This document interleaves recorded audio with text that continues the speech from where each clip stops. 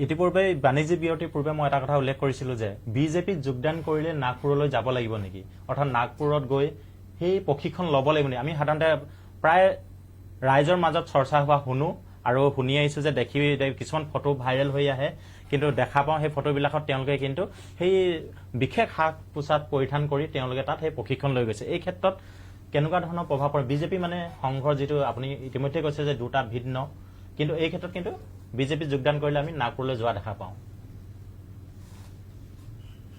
নাগপুৰলৈ গ'লে বিজেপিৰ জনপ্ৰিয়তা কমে, তেওঁলোকে নাজানে সেইকাৰণে যায়। মই কৈছোঁ যে ৰাজনীতি বিজেপিয়ে জানে, আমি ৰাজনীতি নাজানো, আমি সমাজ নীতি জানো, আমি সাংস্কৃতিক ক্ষেত্ৰত কাম কৰা মানুহ, সামাজিক সাংস্কৃতিক সংগঠন, গতিকে তেওঁলোকে নাজানে সেইকাৰণে যায়। আৰু যদি কোনোবাই ভাবিছে যে নাগপুৰলৈ গ'লে মোৰ বিজেপিত মোৰ স্থান মজবুত হ'ব, এইটো ওলোটা হয়, কাৰণ জানে তেওঁলোকে দেখুৱাবৰ কাৰণে যায়। সেইটো হ'ল প্ৰথম কথা। ইয়াতো কয় বহুতে আগতে কেশৱধাম আছিল, এতিয়া সুদৰ্শনালয়। তো সুদৰ্শনত গ'লে বিজেপিৰ স্থান মজবুত নহয়, বিজেপিৰ স্থান মজবুত বিজেপিৰ কাম কৰিলে। আৰু সংঘই কাকো বিজেপিত নিদিয়ে,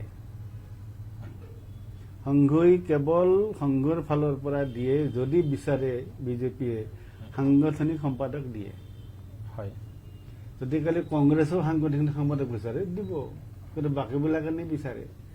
আৰু কোনো কাৰ্যকৰ্তাক সংঘই নকয় যে তুমি বিজেপিৰ এইটো দায়িত্ব লৈ কাম কৰা, সংঘই বিজেপিক কৈছে সংঘৰ পৰা দিলো, কাৰণ সংঘৰ পৰা বিজেপিক দিয়াৰ অধিকাৰ আমাৰ নাই।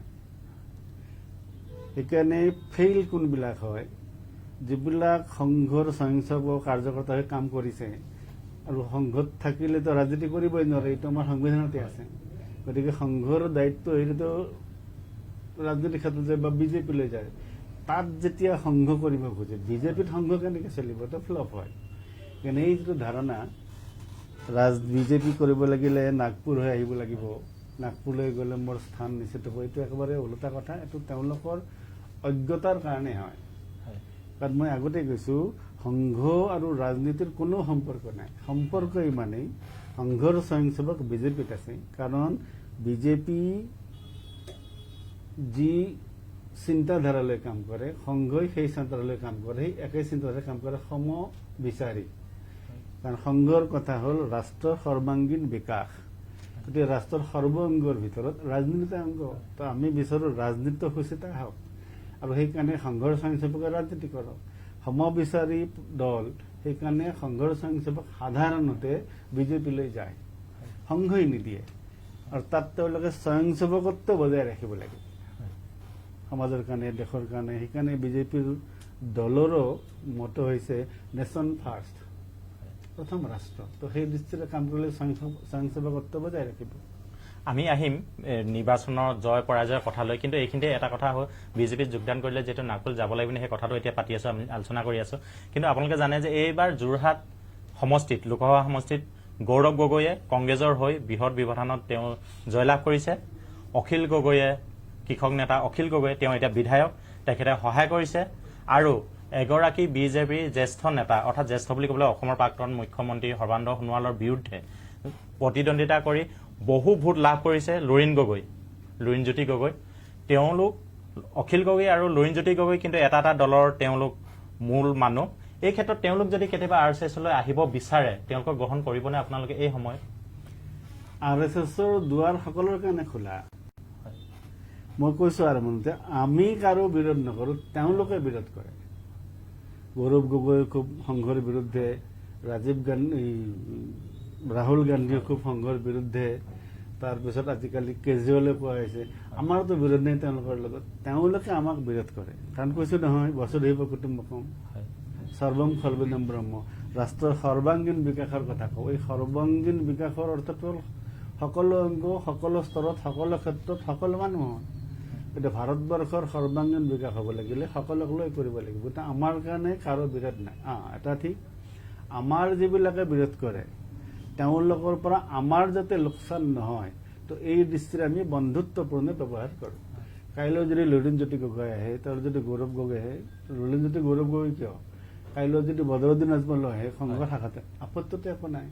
কাৰণ আমাৰ কাৰণে চব আপোন সেইকাৰণে সংঘই বসুধৈৱ কুটুম্বকম বুকু ফিৰাই ক'ব পাৰে আমাৰ বিৰোধ একেবাৰে নাই তেওঁলোকেহে বিৰোধ কৰে সংঘৰ কাৰণে চব সমান তো সেই দৃষ্টিৰে যদি আহে আঁকোৱালি ল'ব আচলতে সংঘৰ ক্ষেত্ৰত কোনো ধৰ্ম কথা নাহে মুছলমান ধৰ্ম বা খ্ৰীষ্টান ধৰ্ম যিহেতু বদৰুদ্দিন আজমলৰ কথা ক'লে তেওঁ কিন্তু এটা নিৰ্দিষ্ট ধৰ্ম এটা সম্প্ৰদায়ক লৈ প্ৰতিনিধিত্ব কৰি তেওঁ ৰাজনীতি কৰি এইবাৰ তেওঁ সেই ৰাজনীতি হয়তো ভুল তেওঁ ভাবিছে যিটো অসমৰ প্ৰাক্তন মুখ্যমন্ত্ৰী তথা তদানীন্তন মুখ্যমন্ত্ৰী তৰুণ গগৈ হু ইজ বদৰুদ্দিন বুলি কোৱা বাক্যটোৱে লৈয়ে বদৰুদ্দিনে কিন্তু ইমান বছৰ তেওঁ সাংসদ হিচাপে তেওঁ এটা ভাল ৰাইজৰ পৰা আৱেগ অনুভূতি তেওঁ সেই সহায় পাইছিলে এইবিলাক চেণ্টিমেণ্ট সেইকাৰণে ৰাজনীতিত সংখ্যাৰ কথাটো ইছলাম ধৰ্ম নহয় ইছলাম পন্থ খ্ৰীষ্টিয়ান ধৰ্ম নহয় পন্থ ধৰ্মৰ অৰ্থ সেইকাৰণে ধৰ্মক ৰিলিজিয়ান কৰি আমাক মানুহ বিভ্ৰান্ত কৰাইছে ধাৰণাত ধৰ্ম মিথ্যাহু ধৰ্ম ধাৰয়তে প্ৰজা এই হ'ল ধৰ্মৰ ডেফিনেশ্যন যিহৰ দ্বাৰা প্ৰজা ধাৰণ এখন ষ্টুডিঅ'ৰ ধৰ্ম কেতিয়ালৈ থাকিব যেতিয়ালৈ কেমেৰামেনে ঠিক কাম কৰিব এডিটৰে ঠিক কাম কৰিব এংকৰে ঠিক কাম কৰিব তো তেতিয়াতো ষ্টুডিঅ'ৰ মৰ্যাদা থাকিব যদি অন্য কাম হয় ইয়াত সমাজ বিৰোধী কাম হয় দুষ্কৃতি হয় ইয়াত ষ্টুডিঅ'ৰ মৰ্যাদা নাথাকিব ষ্টুডিঅ'ৰ ধৰ্ম ৰক্ষা হ'ব লাগিলে ষ্টুডিঅ'ৰ লগত জড়িত সকলোৱে নিজৰ কাম ঠিকমতে কৰিব লাগিব এইকাৰণে সহজ ভাষাত আমাৰ ইয়াত কৈছে কৰ্তব্যই ধৰ্ম নিজৰ নিজৰ জেগাত থাকি নিজৰ কাম সুকলমে কৰি কাৰো অপকাৰ নোহোৱাকৈ সমাজখনক আগুৱাই নিয়াৰ যিটো ব্যৱস্থা ধাৰণাত ধৰ্ম মিথ্যা হওক এই ধৰ্মক ৰিলিজিয়ান কৰি না খ্ৰীষ্টিয়ান ধৰ্ম না ইছলাম ধৰ্ম কাৰণ ধৰ্মৰ কথাবিলাক শাস্ত্ৰত সূৰ্য পূব ফালে হ'লে ধৰ্ম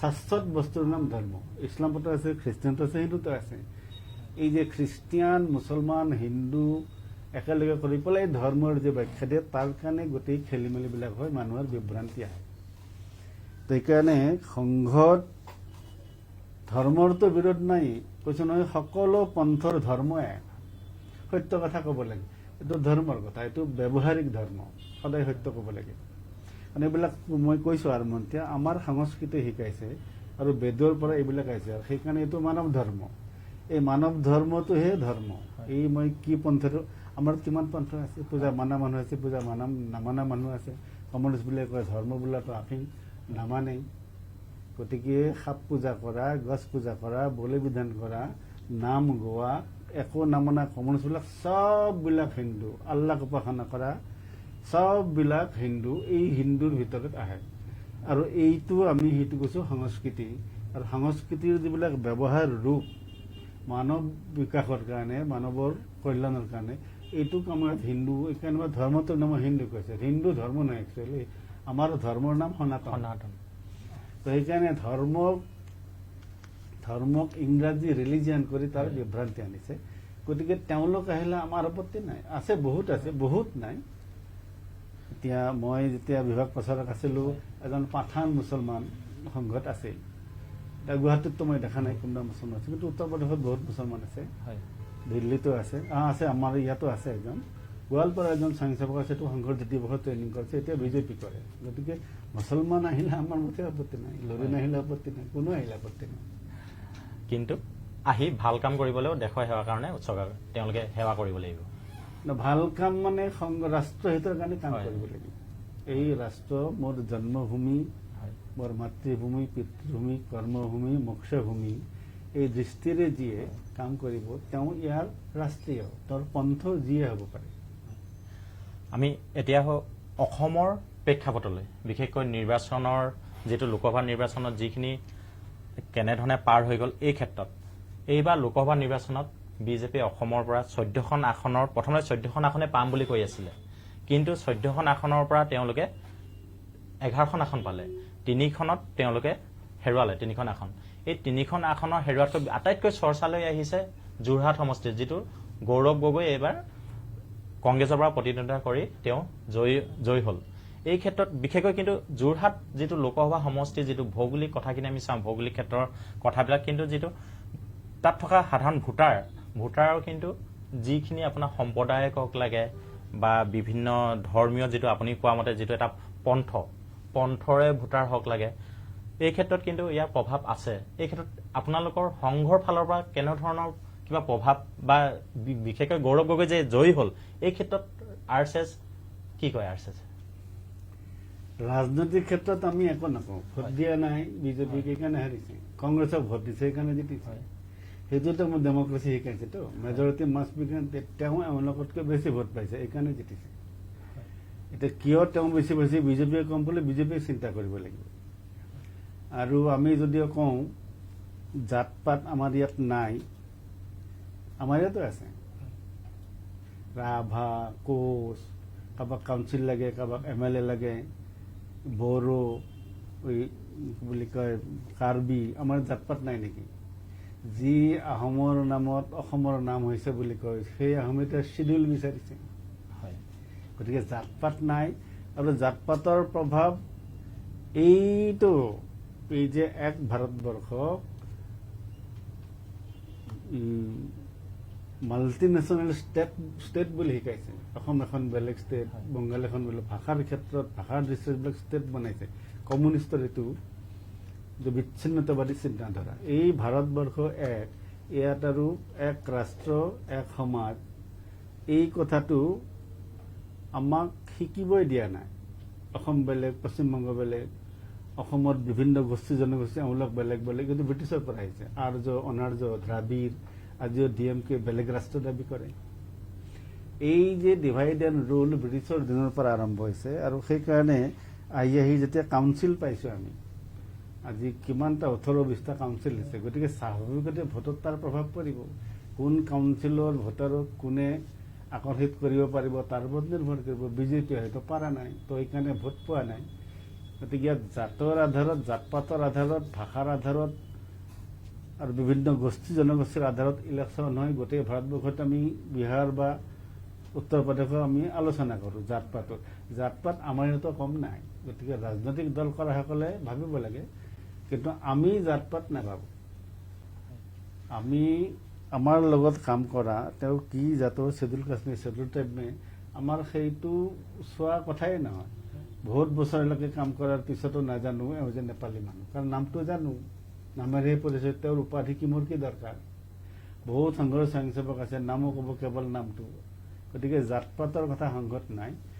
ৰাজনীতিত জাত পাতৰ কথা আছে। জাত পাতৰ আধাৰত, গোষ্ঠী জনগোষ্ঠীৰ আধাৰত, কাষ্ট আধাৰিত, এইবিলাক ব্ৰিটিছৰ দিনৰ পৰা এই চিষ্টেম আৰম্ভ কৰা হৈছে। যেতিয়া শিখ বেলেগে, বুদ্ধবিলাক বেলেগে হিন্দুৰ পৰা বাহিৰত জনসংখ্যাৰ গণনা কৰা হৈছে 1811ৰ পৰা। তো সেইকাৰণে জাত পাতৰ আধাৰত হ'বই। আৰু যদি তেওঁলোকে সমীক্ষা কৰিলে গম পাব, আজিকালি কম্পিউটাৰাইজ হৈছে, বুথৰ আধাৰত গম পাব, তেওঁলোকে গম পাব ক'ত ত্ৰুটি আছে। এই সম্পৰ্কে সংঘৰ্ষ এটা কথা, ভোট কম পাইছে, হাৰিছে, তেওঁলোকে ভোট বেছি পাইছে, তেওঁলোকে জিতিছে। জাত পাতৰ আধাৰ এইটো এটাতো কাৰণ হয়, তো এইটো তেওঁলোকে চিন্তা কৰিব। কিন্তু এই ক্ষেত্ৰত এটা কথা ক'ব লাগিব, আপোনাৰ বিশেষকৈ গৌৰৱপুৰত যিটো আৰএছএছৰ যিখন এতিয়া বৈঠক বহি আছে, তাত এটা বিশেষকৈ এইবাৰ বিগত লোকসভা নিৰ্বাচনত কিয় বিজেপিয়ে ভোট কম পালে বা এনেকুৱা ধৰণৰ কিয় ভোটাৰে আঁতৰি গ'ল, এই কথাত কিন্তু পৰ্যালোচনা চলি আছে। নাই চলা, এইটো একেবাৰে ভুল কথা কোনোবাই মিডিয়াই দিছে। যদি তাত এটা কথা হ'লে সংঘৰ 5 দিনৰ বৈঠক গ'ল, যোৱাকালি শেষ হৈছে, মই আহিব নোৱাৰিলো সেইকাৰণে। হয়, এই বিজেপিৰ আলোচনা সংঘত নহয়। তাত কিন্তু এই প্ৰচাৰ চলাইছে যে, ওলাইছে যে বিশেষকৈ উত্তৰ প্ৰদেশত দলিত আৰু পিছপৰা লোকসকলক, বিশেষকৈ যিটো সংঘৰ ভোটাৰখিনি আছিলে, তেওঁলোক কিন্তু সংঘৰ পৰা আৰু বিশেষকৈ বিজেপিৰ পৰা আঁতৰি যোৱাৰ কাৰণে, উত্তৰ প্ৰদেশত বহুত কম ভোট পোৱাৰ কাৰণে বিৰোধীয়ে বহুত আসনত জয়লাভ কৰিবলৈ সক্ষম হ'ল। এইবিলাক মিডিয়াৰ কথা। সংঘৰ বৈঠকত বিজেপিৰ ভোটৰ বিষয়ে আলোচনা নহয়। মোৰ 56 বছৰ হ'ল সংঘৰ। কাৰণ সংঘৰ কামেই বেলেগ। সংঘ কাৰ্যকৰ্তাক দৃষ্টি দিব লাগিব 3, 4, 5 দিনীয়া বৈঠকত। তাত বিজেপি কিয় কম পালে, কোনে ভোট দিলে, এইবিলাক আলোচনা নহয়। এইটো বাহিৰত। আৰু মিডিয়াক সংঘৰ বৈঠকত মিডিয়াৰ প্ৰৱেশ নাই নহয়। আৰম্ভণিৰ 5 মিনিটৰ কাৰণে কি আলোচনা হৈছে কেনেকে জানিব। গতিকে এইটো যদি ভুল প্ৰচাৰ কৰিছে কোনোবাই, সংঘৰ বৈঠকত বিজেপি, যেতিয়া সমন্বয় বৈঠক হ'ব তেতিয়া বিজেপিয়ে ক'ব আমাৰ এইটো, যেতিয়া সমন্বয় বৈঠক হ'ব বিষ্ণুপুৰতে ক'ব আমাৰ এইটো। সংঘৰ বৈঠকত তাত বোধহয় মোহনজী আছে এই বৈঠকত, সেইকাৰণে বৈঠকখনে চৰ্চা পাইছে। আমাৰ ইয়াত মনমোহনজী আছিল, তো এইকাৰণে চৰ্চা পোৱা নাই। 5 দিন বৈঠক হৈ গ'ল আমাৰ। তো সেইকাৰণে এইবিলাক বাহিৰৰ পৰা ধাৰণা কৰা সংঘৰ ওচৰলৈ নাহে তাৰ কাৰণে সংঘৰ বৈঠকত মুঠেও বিজেপিৰ বিষয়ে আলোচনা নহয় সমন্বয় বৈঠকত বিজেপিৰ বিষয়ে সকলোৰ বিষয়ে আলোচনা হয় গতিকে বিজেপিৰ বিষয়ে আলোচনা হয় সেইটোৱে কথা এতিয়া আপোনালোকে ধৰক বিজেপিৰ লগত এটা সমন্বয় যেতিয়া বৈঠক হয় বুলি কৈছে অৰ্থাৎ সেই বৈঠক হয় অৰ্থাৎ বিজেপিক পৰোক্ষভাৱে হলেও সমৰ্থন জনোৱা হয় সেই কথাটোৰ ক্ষেত্ৰত কিন্তু যেতিয়া এটা দলে ভাল কাম কৰে তেতিয়া সংঘই সমৰ্থন দিব অৰ্থাৎ যি লোকে ভাল কাম কৰে দেশৰ সেৱাৰ কাৰণে দেশৰ কাৰণে কৰে কিন্তু এই ক্ষেত্ৰত কেতিয়াবা আপোনালোকে কংগ্ৰেছকো সমৰ্থন জনোৱা বা তেওঁলোকক সহযোগ কৰাৰ সম্ভাৱনা আছে নেকি ভৱিষ্যতলৈ ইয়াত পৰোক্ষ প্ৰত্যক্ষৰ কথাই নাই এতিয়া সংঘৰ স্বয়ংসেৱক সমন্বয় বৈঠকত কোন আহে বিবিধ ক্ষেত্ৰত যিবিলাক সংঘৰ স্বয়ংসেৱক আছে তেওঁলোক আহে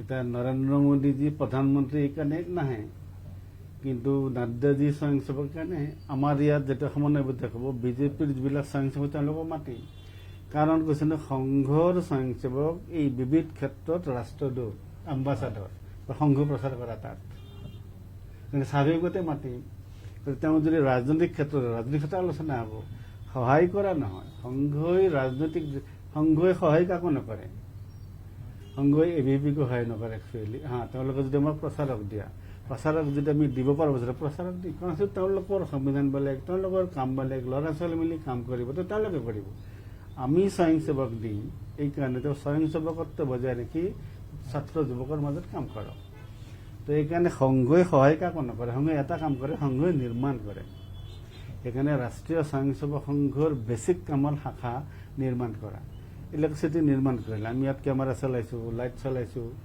এচি চলাইছো আমাৰ বিজুলী নিৰ্মাণ কৰা কাম যাৰ যি ইচ্ছা যেনেকৈ লগাব কোনোবাই ফেন চলাব কোনোবাই এচি চলাব কোনোবাই কেমেৰা চলাব কোনোবাই লাইট জ্বলাব গতিকে নিৰ্মাণ হ'ল সংঘৰ কাম আৰু সেইটো কাম বেছিক কামটো ৰাষ্ট্ৰীয় স্বয়ংসেৱক সংঘই কৰে বাকী সহায় কাকো নকৰে গতিকে সংঘৰ স্বয়ংসেৱক সেই ক্ষেত্ৰত গৈ সংঘত্ব বজাই ৰাখি সেই সংগঠনৰ কাম কৰে কাৰণ ৰাষ্ট্ৰৰ সৰ্বাংগীন বিকাশ 1925 চনত স্থিৰ কৰা হৈছে সকলো অংগ মিলি বিকাশ হ'ব লাগিব আৰু এনে সংঘত্ব সকলো নাহে এই ক্ষেত্ৰত বিশেষকৈ সংঘৰ মতে তেনেহ'লে আপোনাৰ নিৰ্বাচন অৰ্থাৎ ৰাজনীতি কি এইখন যিহেতু গণতান্ত্ৰিক দেশ গণতন্ত্ৰ শুদ্ধ সঠিক হ'ব লাগে এইকাৰণে সংঘই কাম কৰে এইকাৰণে কয় 100% ভোট দিয়ক মই কৈছো আৰম্ভণতে কথাটো যদি ডেমক্ৰেটিক নহ'লেহেঁতেন ৰাষ্ট্ৰ ৰজাৰে হৈ থাকিলেহেঁতেন তো ৰজাই চলিলেহেঁতেন ৰজা ক'লোহেঁতেন যে ৰজা ঠিক হওক কাৰণ এই যে ৰজাৰ পৰম্পৰা বাহিৰে আমাৰ বেলেগ মানুহবিলাকে নাজানে সেইকাৰণে অলপমান আমাৰ ৰজা যেতিয়া ৰাজ্যাভিষেক হয় ৰাজ্যাভিষেকৰ সময় ৰজাই যেতিয়া দণ্ডবত প্ৰণাম কৰে তেতিয়া আশীৰ্বাদ দিয়ে গুৰুৱে অদণ্ড অস্মি মানে তোমাক দণ্ড দিওঁতা কোনো নাই সৰ্বদণ্ড অস্তি তোমাক সকলো দণ্ড দিয়াৰ অধিকাৰ আছে সেৱা কৰি উঠি যেতিয়া গুৰুদক্ষিণা দিব যায় তেতিয়া ৰজাই কি কয় অদণ্ড অস্মি মোক দণ্ড দিওঁতা কোনো নাই তেনে সেই সমী গছৰ লাঠি লৈ পেলাই যজ্ঞৰ চাৰিওফালে ঘূৰাই ৰজাক ঘূৰাই কি কয় ধৰ্মদণ্ড অস্তি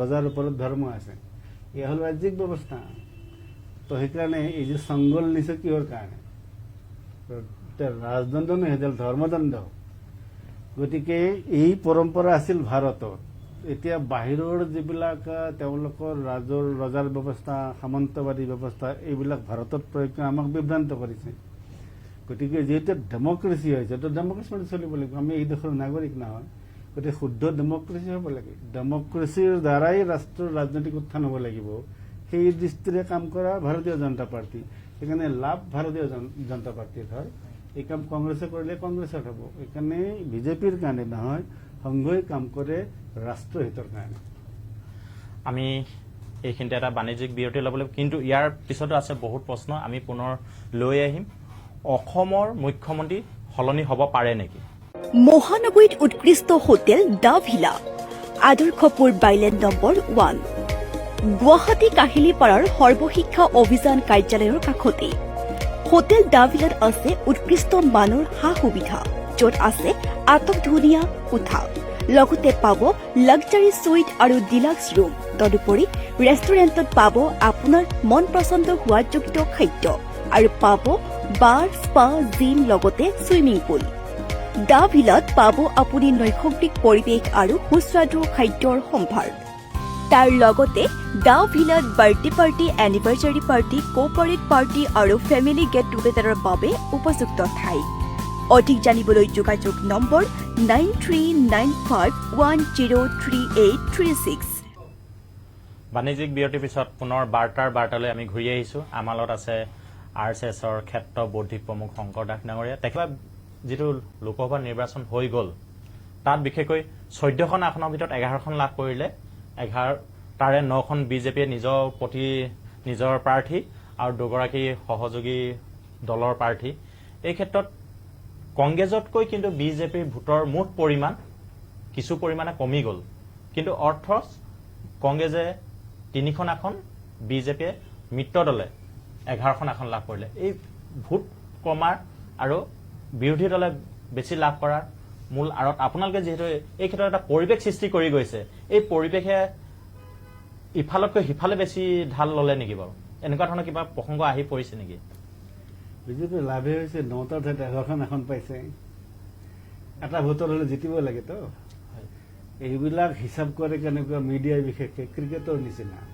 কিমান 100 কৰিলে, সমান 100 হৈ গ'ল। কিমান সময়ত কৰিলে, 100 কিমান মিটাৰ দূৰত মাৰিলে কোনে, কিমান অভাৰত কৰিলে, এই ৰেকৰ্ড ক্ৰিকেটৰ ৰেকৰ্ডৰ নিচিনা। এই ৰাজনীতিৰো যিবিলাক আলোচনা কৰে, জয় হ'ব লাগে। তো এটা ভোটৰ জয় হৈছে, 9খন ভোটৰ বিজেপি 11খন হৈছে, তাৰ কাৰণে ধন্যবাদ দিব লাগে। যদি ক'ৰবাত ভোট কমিছে আবাৰ বিজেপিয়ে চাব যে বিজেপিটো ছাকচেছ। ভোটৰ ক্ষেত্ৰত 80% ভোট হৈছে ইয়াত, বিজেপি আসন হৈছে। তো ইয়াত বিজেপি চিন্তা কৰিব লগা এটাই আছে, নেক্সট ইলেকশ্যনৰ কাৰণে ৰাইজক সজাগ কৰিব লাগে, ৰাইজৰ চলি যাব লাগে। তো ইয়াত আৰু কোন সমষ্টিত কোনে ভোট পালে, এইটো নামটো ডেমক্ৰেচি। কেতিয়াবা কংগ্ৰেছে ভোট পাব অলপ বেছি, কেতিয়াবা বিজেপিয়ে পাব, কেতিয়াবা UDF পাব, এইটো নামটো ডেমক্ৰেচি। যদি এটা পাৰ্টিয়ে সকলো পায় তেতিয়াতো একাউণ্ট পাপাত হৈ যাব। সেইকাৰণে ৰাজনীতিত এইটো হ'বই, কেতিয়াবা কম পাব। আৰু এইটো এণ্টি ইনকামবেঞ্চি শব্দটো সেইকাৰণে বিজেপিকতো ধন্যবাদ দিব লাগে। এণ্টি ইনকামবেঞ্চি আজিৰ এই মিডিয়াৰ যুগত নহয়, প্ৰ' ইনকামবেঞ্চি 3টা টাৰ্ম বিজেপিয়ে জিতিছে। ইয়াতকে আৰু ক্ৰেডিবিলিটি, ইয়াতকে এচিভমেণ্ট কি লাগে? এতিয়া এই কথাটো আহিছে, বিজেপিয়ে 3খন আসন পালে, কিন্তু এই এটা বিৰোধী কিন্তু যিটো পৰিস্থিতি তেওঁলোকৰ অনুকূলে যোৱা নাছিলে, তেনে ক্ষেত্ৰতো পালে। বিশেষকৈ সেই 3খন আসনত এতিয়া এটা কথা উল্লেখ কৰি আহিছে যে এটা বিশেষ সম্প্ৰদায়ে বিজেপিক ভোট নিদি বিৰোধীক দিয়াৰ কাৰণে সেই 3খন আসনত তেওঁলোকে জয়ী হ'ল বুলি, বিশেষকৈ ধুবুৰী, নগাঁও আৰু যোৰহাট, এই 3খনত জয়লাভ কৰিলে। এই ক্ষেত্ৰত বিশেষকৈ আমাৰ এটা যিটো সনাতন ধৰ্ম আৰু পন্থবিলাক, এইবিলাকৰ প্ৰভাৱ কেনেধৰণৰ হৈ পৰিছে? ধুবুৰী এখন পাম বুলি কোৱা নাই, বিজেপি ধুবুৰী এখন নাপায়। মাইনৰজন মুছলমানে বিজেপিক ভোট দিয়াৰ স্থিতি হোৱা নাই। গোটেই ভাৰতবৰ্ষৰ ভিতৰত আমি কাশ্মীৰ আৰু জম্মু ভেলী যদি বাদ দিওঁ, 2011ৰ লোকপিয়ল মতে 34.22% মুছলমানীয়া। মুছলমানক বিজেপি বিৰোধী কৰি এনেকুৱা উচতোৱা হয় যে মুছলমানে বিজেপিক ভোট দিলে সাধাৰণতে নিদিয়ে। এই অসমীয়া মুছলমানেই হওক, বাহিৰৰ মুছলমানেই হওক। আমাৰ তাতে দামপুৰত 4,000 ভোট পোল হৈছে, 1,000ও পোৱা নাই লোকেল মুছলমান। কিন্তু মুছলমানে ভোট দিয়া পৰিৱেশ বিজেপিত অহা নাই। এইটো বিজেপিও ভ্ৰমত থাকিব নালাগে, মুছলমানে ভোট দিব। সেইকাৰণে মই তেৰা বেকা নাপাওঁ। মুছলমানেও জানে বিজেপিক ভোট নিদিয়ে, কাৰণ মুছলমান এৰিয়াত ময়ো গৈছোঁ মোৰ ভাইটিৰ কাৰণে। তো সেইকাৰণে এইটো বিশেষ সম্প্ৰদায় মানে কাক কৈছে সেইটো এটা কথা, মই ক'ব নোৱাৰোঁ, ষ্টেটমেণ্ট শুনা নাই। আৰু যদি বিশেষ সম্প্ৰদায় মুছলমানে আগতেও ভোট দিয়া নাই, ৰাজনৈতিক কাৰণত তেওঁলোকে কয়। যমুনামুখত মই তেতিয়া নগাঁও বিভাগ প্ৰচাৰক, এটা সমষ্টিত, এই যমুনামুখ সমষ্টিত, এই যেতিয়া আজমলৰ ভায়েক যেতিয়া চিৰাজুদ্দিন যেতিয়া MLA MP হ'ল, তাতে খালী হ'ল, বাই ইলেকশ্যন হ'ল, তেতিয়া এটা বুথত 21 জনীয়া, এটা বুথত 31 জনীয়া বিজেপিৰ সদস্য। এই 52 জনৰ ভিতৰত 2 বুথত এটাও ভোট নাপালে। সেই ভ্ৰমত থাকিবই নালাগে যদি ভাবিছে তেওঁলোকে মাইনৰিটিয়ে ভোট দি জিতাব। 1 নম্বৰ, সেই পৰিস্থিতি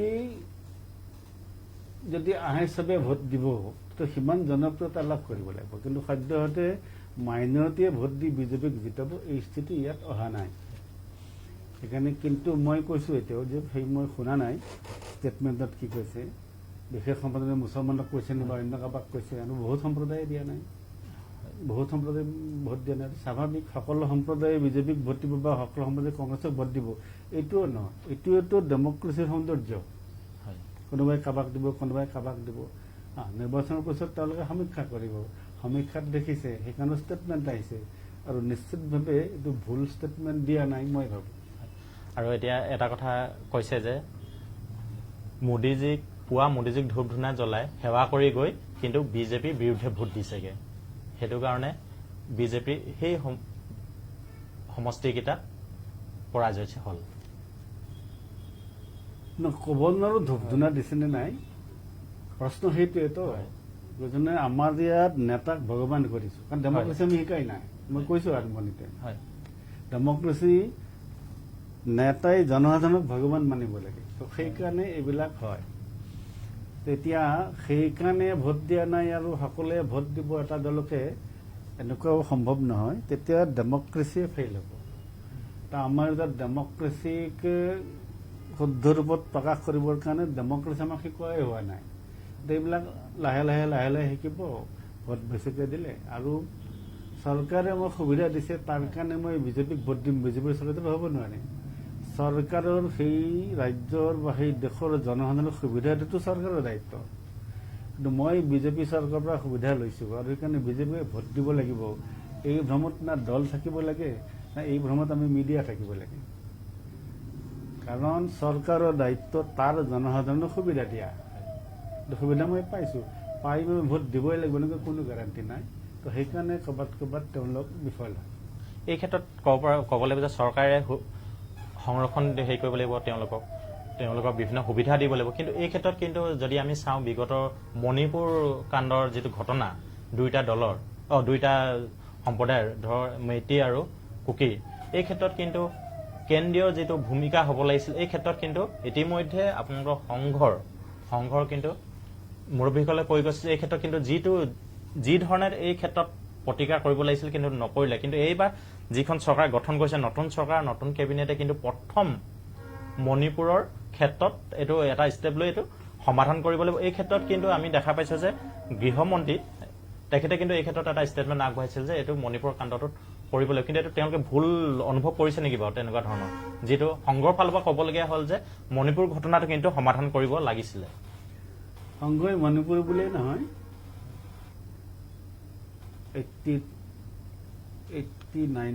89ৰ মীনাক্ষীপুৰৰ পৰা আৰম্ভ কৰি, কাৰণ সংঘৰ কাৰণে এক দেশ এক ৰাষ্ট্ৰ এক সমাজ। গতিকে মীনাক্ষীপুৰমত যদি তাত ধৰ্মান্তৰণ হয় একেলগে হাজাৰ মানুহ, আৰু মণিপুৰত যদি আমাৰ কাৰণে চব দেশ, কাৰণে শ্লোগানে আছে তো এক দেশ এক মাটি, চাহে হোক গুৱাহাটী, দিল্লী হোক গুৱাহাটী। তো সেইকাৰণে মণিপুৰৰ এটা কিবা ঘটনা হৈছে কিবা কাৰণত, এবছৰ ওলমি থাকিব, এইটো কাৰো কাৰণে ঠিক নহয়। এইকাৰণে আমাৰ সংঘ মুৰব্বী মাননীয় মোহনজীয়ে কৈছে, এইটো কেৰালাত হ'লেও ক'ব, এইটো গুজৰাটত হ'লেও ক'ব, ছিকিমত হ'লেও ক'ব, সকলোতে হ'লেও ক'ব, ত্ৰিপুৰাত হ'লেও ক'ব। তো এইকাৰণে এইটো আমাৰ দায়িত্ব, চৰকাৰ হিচাপে চৰকাৰ দায়িত্ব এনেকুৱা সমস্যাবিলাক ওলমাই ৰাখিব নালাগে। তাৰ কাৰণে কৈছে যে তাৰ কাৰণে এওঁলোকে প্ৰথম কেবিনেটত কিবা কৰিছে নেকি আমি ক'ব নোৱাৰোঁ, কিন্তু এইটো প্ৰত্যেক চৰকাৰ, বিজেপি হওক বা যোনেই নহওক, এইটো প্ৰত্যেক চৰকাৰৰ দায়িত্ব। আমি কিমানবাৰ অসমে ক'লোঁ যে আমাক মাহিয়াৰ চকুৰে চাই কংগ্ৰেছ চৰকাৰে জৱাহৰলাল নেহৰু এৰি দিলে। এইবিলাক হ'ব নালাগে, এইবিলাক আচলতে ৰাজনীতিত কৰিবলগীয়া কাম নহয়। My heart goes to the people of Assam, যদি জৱাহৰলাল নেহৰু ক'ব পাৰে, চীনক দিয়ে দিব পাৰে, এইটো এজন ৰাজনৈতিক নেতা হিচাপে এইটো ৰাজনীতিত পৰিপক্কতা নকয়। তো সেইকাৰণে পৰিপক্ক ৰাজনীতি হ'ল ভাৰতবৰ্ষৰ জনসাধাৰণ, প্ৰত্যেক ৰাজ্যৰ প্ৰতিজন জনসাধাৰণৰ যিয়ে আমি চৰকাৰ কৰিছিলোঁ তাৰ কাৰণে। এই ব্যৱস্থা ৰজা খেদি পেলাই ডেমক্ৰেচি আনিছোঁ কিহৰ কাৰণে, সেইটো কৰা নাই। তো এইকাৰণে আমাৰ সংঘৰ ফালৰ পৰা কোৱা হৈছে ইমান দীঘলীয়া ওলমাই থ'ব নালাগে, এইটো সোনকালে কৰিব লাগে। সেইকাৰণে যদি কৰিছে ক'ব নোৱাৰোঁ, এইটো আগতেই কৰিব লাগিছিল, কিন্তু ঠিক আছে দেৰিকৈ হ'লেও কৰিছে। আৰু এই ক্ষেত্ৰত আৰু এটা কথা আহি পায় যে এই আপোনাৰ নিৰ্বাচনৰ পূৰ্বে যেতিয়া আমাৰ মল্লযুঁজাৰুসকলৰ যিটো এটা তেওঁলোকে অভিযোগ আনিছিলে সভাপতিগৰাকীয়ে খেলুৱৈ হাৰাশাস্তি কৰা, অশ্লীলতা হানি কৰা, তেনেকুৱা ধৰণৰ কিছুমান অভিযোগ আনি কিন্তু তেওঁলোকে প্ৰতিবাদ কৰিছিল। শেষত গৈ তেওঁলোকে সেই খেলৰ পৰা অৱসৰ ল'বলগীয়া হৈছিল।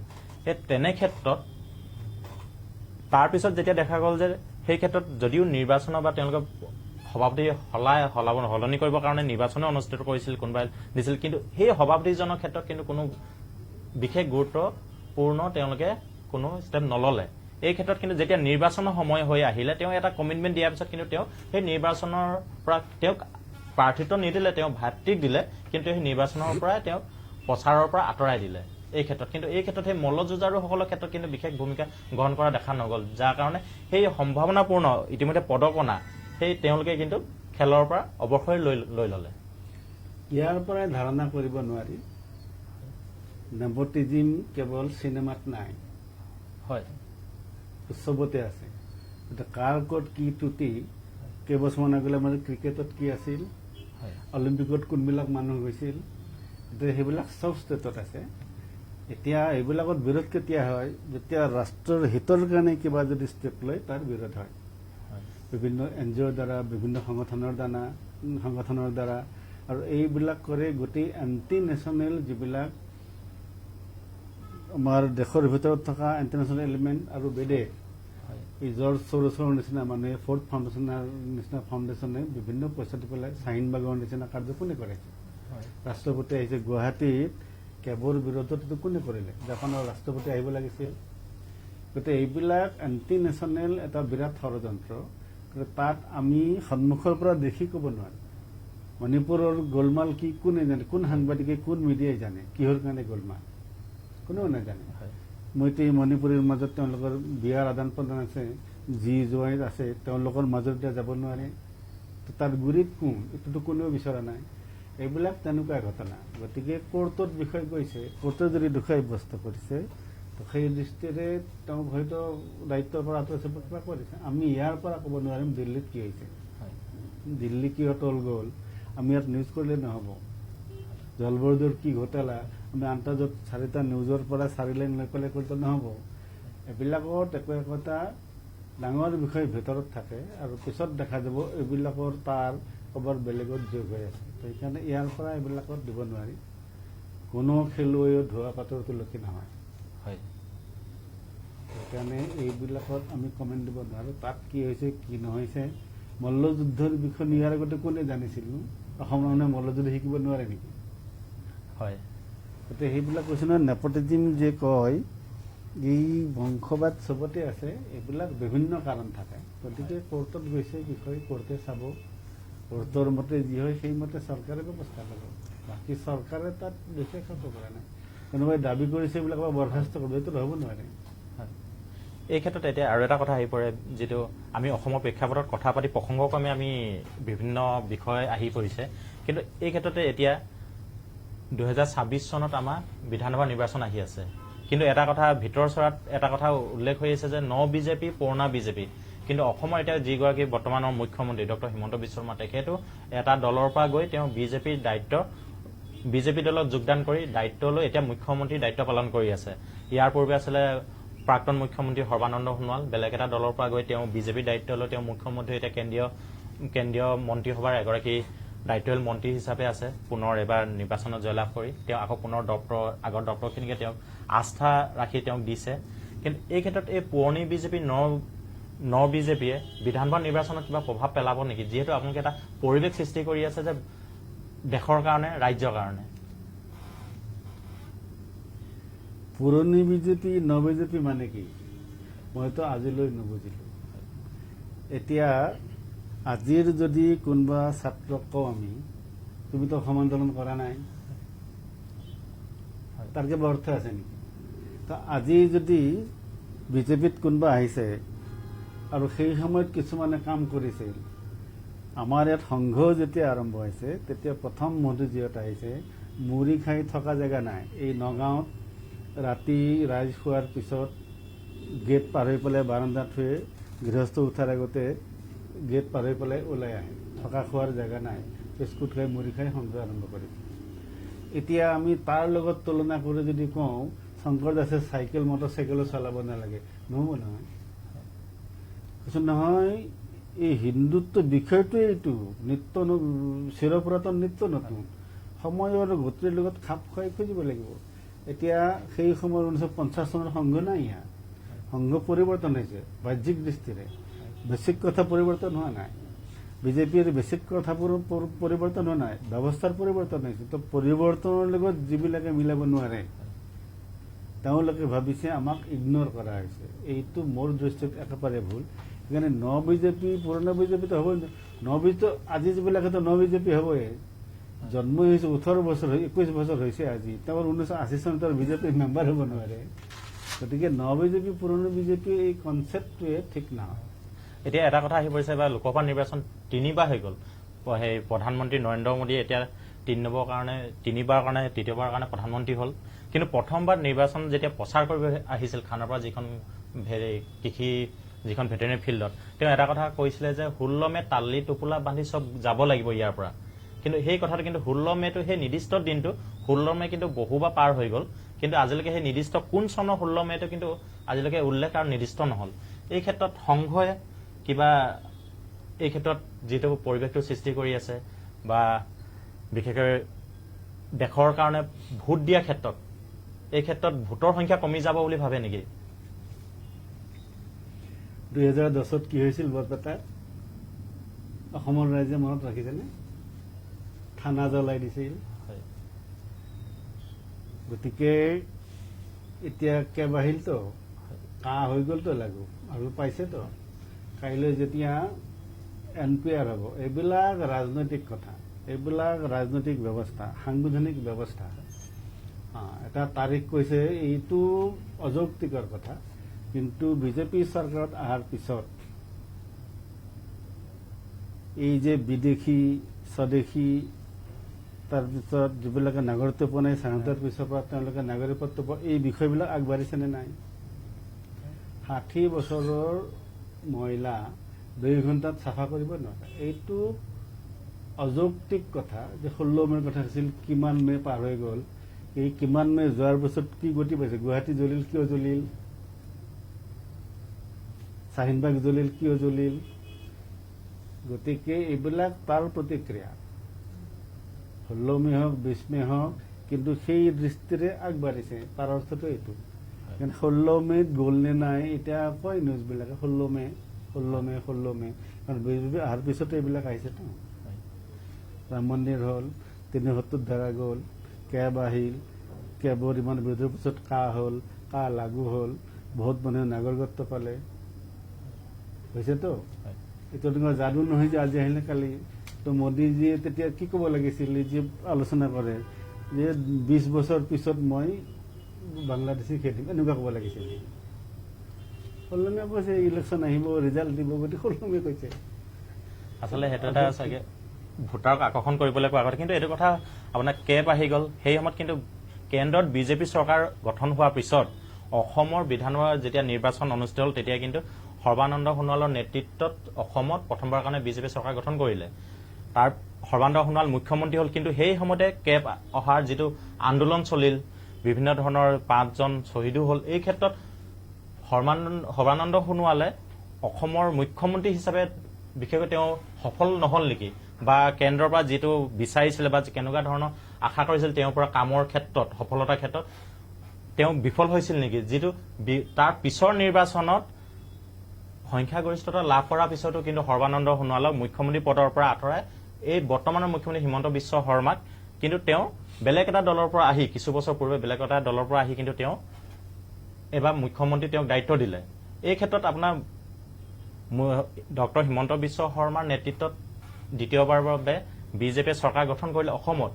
কিন্তু এইবাৰ নিৰ্বাচন, লোকসভা নিৰ্বাচন কিন্তু আমি শুনা পাইছো হিমন্ত বিশ্ব শৰ্মাই বেলেগ ৰাজ্যত যেতিয়া নিৰ্বাচনী প্ৰচাৰ চলাইছিলে তেওঁ কিন্তু এটা কথা উল্লেখ কৰিছিলে যে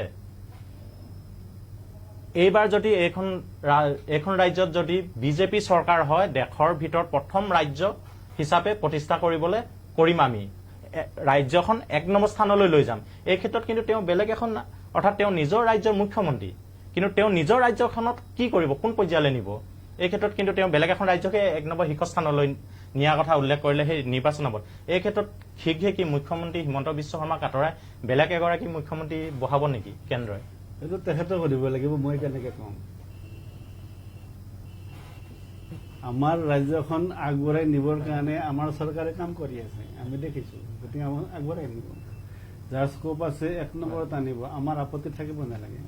আৰু সেইটোত তেওঁ সুধিব লাগিব, এইটো মই ক'ব নোৱাৰিম। আৰু এই মুখ্যমন্ত্ৰী আঁতৰোৱা সলোৱা এইবিলাক বিজেপিত নাই, এইটো মানুহে ভুল কৰে।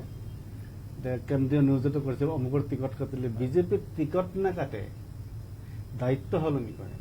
মানুহে ইয়াত আছিল, তাত দিলে নে নাই, খেদা নাই ইয়াৰ পৰা। এইটো অল ইণ্ডিয়া ব্যৱস্থা। মই আজি গুৱাহাটীত আছো, কাইলৈ যদি মোক কয় তুমি ইম্ফল যাব লাগিব, ইম্ফল যাম, এইবিলাক ব্যৱস্থা। সেইকাৰণে ব্যৱস্থাৰ দৃষ্টিৰে বিজেপিয়ে যেনেকুৱা তেনেকুৱা কৰিব, তাত না RSSৰ হাত আছে না তাত মই ক'ব পাৰিম। সেইকাৰণে খেদা টিকট কাটা এইবিলাক ব্যৱস্থা নায়েই, য'ত নেশ্যন ফাৰ্ষ্ট যি দলৰ। গতিকে এইবিলাক নিউজ চলাবৰ কাৰণে প্ৰচাৰ মাধ্যমৰ ব্যৱস্থা, বাকী অন্য একো নাই।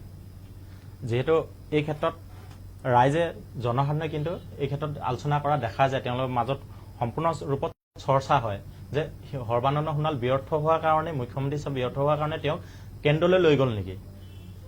7 দিনত এই প্ৰচণ্ড আন্দোলন কেনেকৈ ঠাণ্ডা কৰিলে মুখ্যমন্ত্ৰী তেখেতে আছে।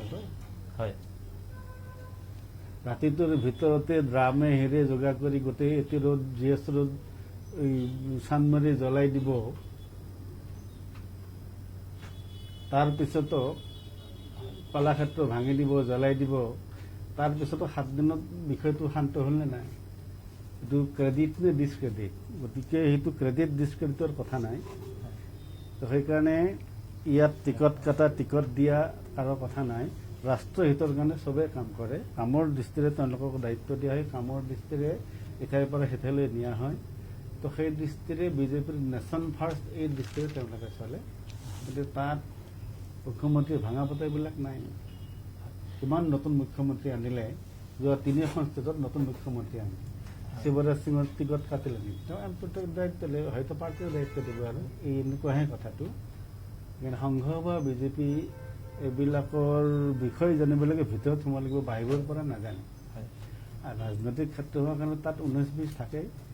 ৰাজনীতি ক্ষমতা যেতিয়া ক্ষমতাত থাকে, কৈছে নহয় গীতাত, ধায়তো বিশান কুঞ্জ সংঘাস্তে সুপজায়তে সংঘাত সঞ্জায়তে কামঃ কামাত ক্ৰোধোভিজায়তে ক্ৰোধাত ভবতি সম্মোহঃ সম্মোহাত স্মৃতি বিভ্ৰমঃ স্মৃতিভ্ৰংশত বুদ্ধিনাশো বুদ্ধিনাশত প্ৰণশ্যতি।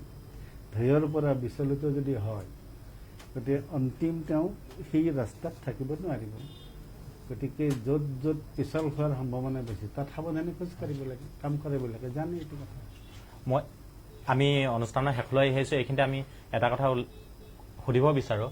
এইবাৰ যিহেতু লোকসভা নিৰ্বাচন অনুষ্ঠিত হৈ গ'ল, এই ক্ষেত্ৰত যিহেতু ৰাষ্ট্ৰীয় স্বয়ংসেৱক সংঘই দেশৰ হিতৰ কাৰণে এটা পৰিৱেশ সৃষ্টি কৰি আহিছিলে, তেওঁলোকে এইটো কথা উল্লেখ কৰিছে, যেতিয়া বিজেপিৰ লগত সমন্বয় যেতিয়া বৈঠক বহিব, এই বিষয়ত নিশ্চয় আলোচনা হ'ব, ক'ত কি ভুল হৈছিলে, কেনেধৰণে প্ৰচাৰ চলোৱাৰ পিছতো এইখিনি পৰিৱেশ তেনেকুৱা ধৰণৰ হোৱাৰ সম্ভাৱনা আছে নেকি?